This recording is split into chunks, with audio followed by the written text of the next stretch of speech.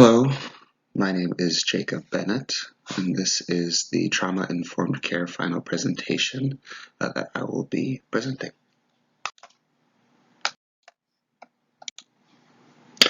Moving forward, everything past this point is fictional, but I did want to keep it as accurate as possible, so we'll start with the audience. So, myself and my adopted son have moved from Colorado. We will be enrolling him in a new school, and the principal of this school is the target audience for this presentation. I want to give an opportunity to inform him about some of the behavioral and emotional differences that my son Christopher has. The objective of this presentation is to give the principal and the teachers of the school an understanding of what Christopher has gone through, the things he has experienced in his life up to the point where I adopted him, and how that continues to affect him today. Also, I do want to provide some helpful resources to them so they are better able to understand and communicate and teach Christopher, creating a more educational and productive relationship. The key value behind this presentation is that it's going to provide some context into some of the things that Christopher does on a day-to-day basis, or even those rare occurrences where the teachers may not be expecting it. My goal is to build understanding and empathy between my son's teachers and him. I believe that the tools that I've included are greatly helpful. There are times where Christopher's emotions do get the better of him, and I just want to make sure that the following information is helpful so that teachers are able to work with him and bring him back from those states. So Christopher is 11 years old. I adopted him back in 2013, I want to say, when he was 7. I adopted him from an orphanage in Haiti. Now, before this, Christopher had lived his life in Haiti up until an earthquake in 2010. During that quake, a lot of damage was done to the city, to a lot of the structures. Unfortunately, Christopher's mother was killed in this event, and he himself was trapped alone for 2 days under debris. When he was rescued, the rescuers found that without any other living family, Christopher had to be taken in by an orphanage.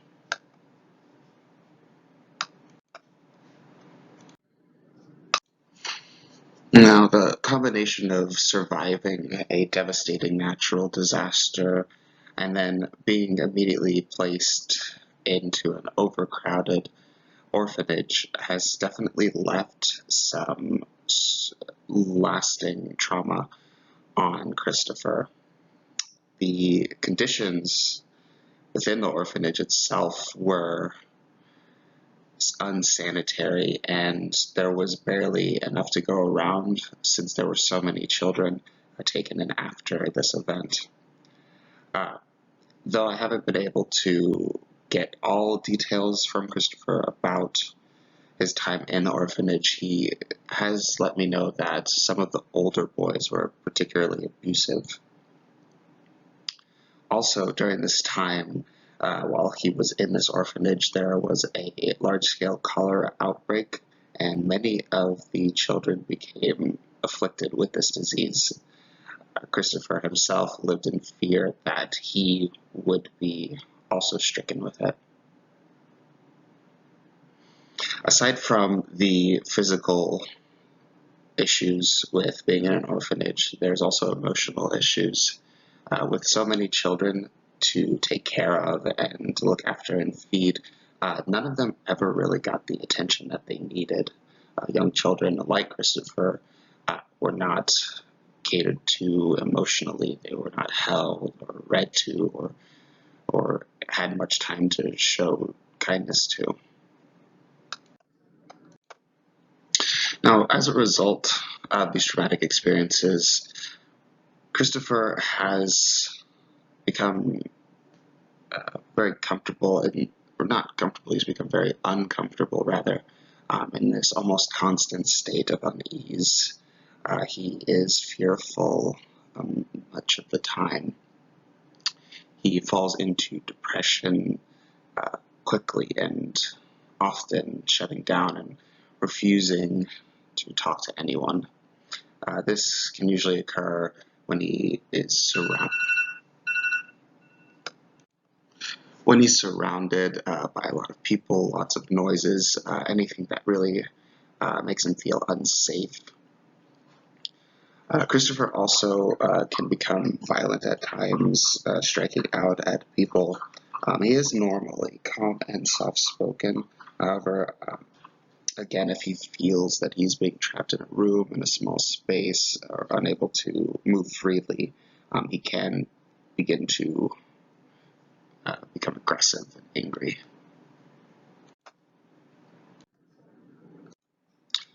We actually see this as not all too uncommon in instances where people, or especially children, experience natural disasters like hurricanes and earthquakes. They can cause damage not only to the environments and to the societal structures, but to the emotional structure of a person. Children that do go through these types of situations often live with this consistent fear of something like that happening again, since earthquakes come on so suddenly with no warning. It's very easy for a child to just live with that expectation that it could hit again at any point. And living with this fear, this can create some symptoms that are hard to deal with. For these children, they can experience very vivid flashbacks that put them directly back in that moment of terror. Some of these children, if not provided proper guidance or counseling after the event, can develop post-traumatic stress disorder. In the aftermath of these types of situations, there is just as much trauma as the actual event, leaving homes destroyed, loved ones dead, and sometimes just lost. The lives of children like Christopher are changed permanently because of a singular event.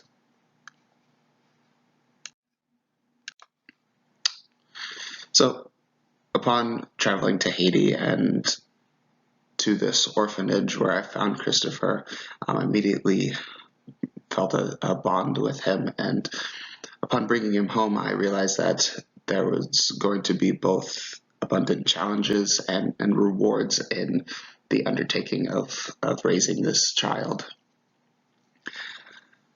Christopher's transition to moving to the United States was difficult. It's nothing unexpected. Though he wasn't particularly fond of living in an orphanage, it was still familiar. People still spoke the same language, and people were relatively familiar with him, certainly more so than the suburbs of Colorado. It took time and a lot of effort to begin to understand on a more deep level what was afflicting Christopher and what was keeping him from opening up. But working with a trauma specialized therapist, one that uses a trauma-informed care approach, I began to better understand what is important and what I could offer Christopher to gain a strong, trusting relationship. And really what those things were things like safety and showing him patience and consistency. I began to create an environment for us that he would feel safe, protected in, eliminating outside elements that were unpredictable, just so that we could create a space where he could let his guard down and begin to open up about how he was feeling.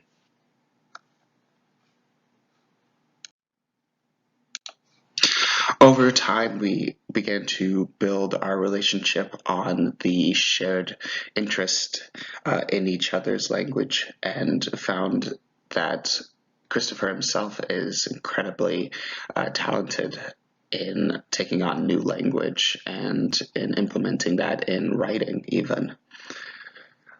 While teaching him English, Christopher actually began to teach me some of his native language, which is Creole.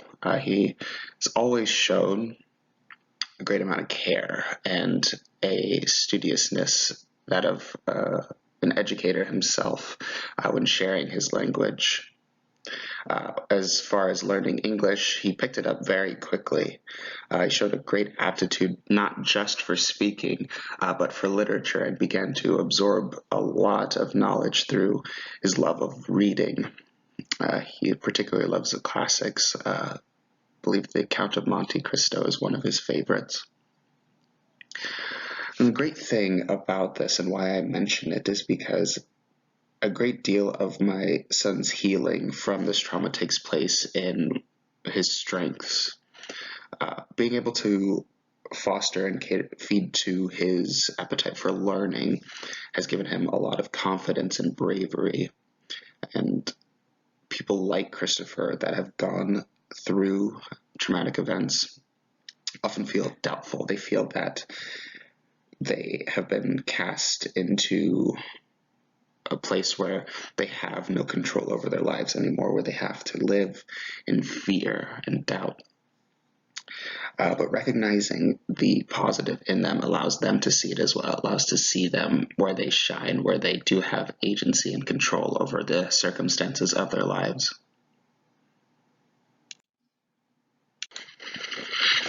Now, just with any child, the teaching and the healing process of children with trauma is a collaborative effort. Not one person can do it alone, and I have learned that over time. With the teachers that work with Christopher, I want to make sure that they are fully prepared and they just have a working understanding of the processes involved with children with trauma, as well as Christopher's specific circumstances. The reason I point this out is that his creative outlet is writing and can sometimes be influenced by the events that he's experienced in the past. Teachers have not reacted in the most constructive manner just due to their surprise or misunderstanding of what Christopher is trying to convey.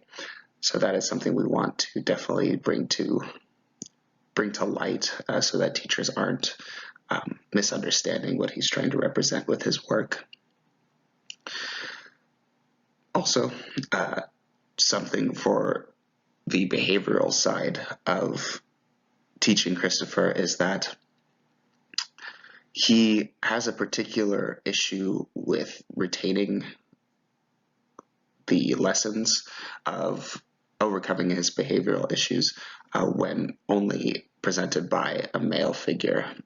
If a man is the only one to present or perhaps scold him for inappropriate behavior, he will most likely shut down. It is recommended that at least within the beginning, a woman would be presenting this to him, or a man and a woman together. But typically he does not do well if he's just alone with a man. His experiences in school in the past have been majorly positive. Christopher is an avid learner. He enjoys the process of gaining new knowledge. It is, however, the struggle comes from his engagement with other students and social encounters with them. It is definitely recommended to keep a close eye on him during these instances where children are engaging with each other, such as recess or lunch. He can become aggressive, seemingly out of nowhere, but typically it is because something triggered his past trauma response, and he can begin to lash out, but that's why it's important to just notice him starting to recede or ball up his fists. Just keeping an eye on him for those types of behaviors. Additionally, I did want to provide a resource guide just so that obviously everything that I missed or may not have touched on here would be available for teachers and for yourself as well as a principal to look over and just get a better understanding of the ways that are most productive in helping children with traumatic pasts. I definitely do appreciate you taking the time to go over these resources, and I do hope that you have gained some value from them. Thank you.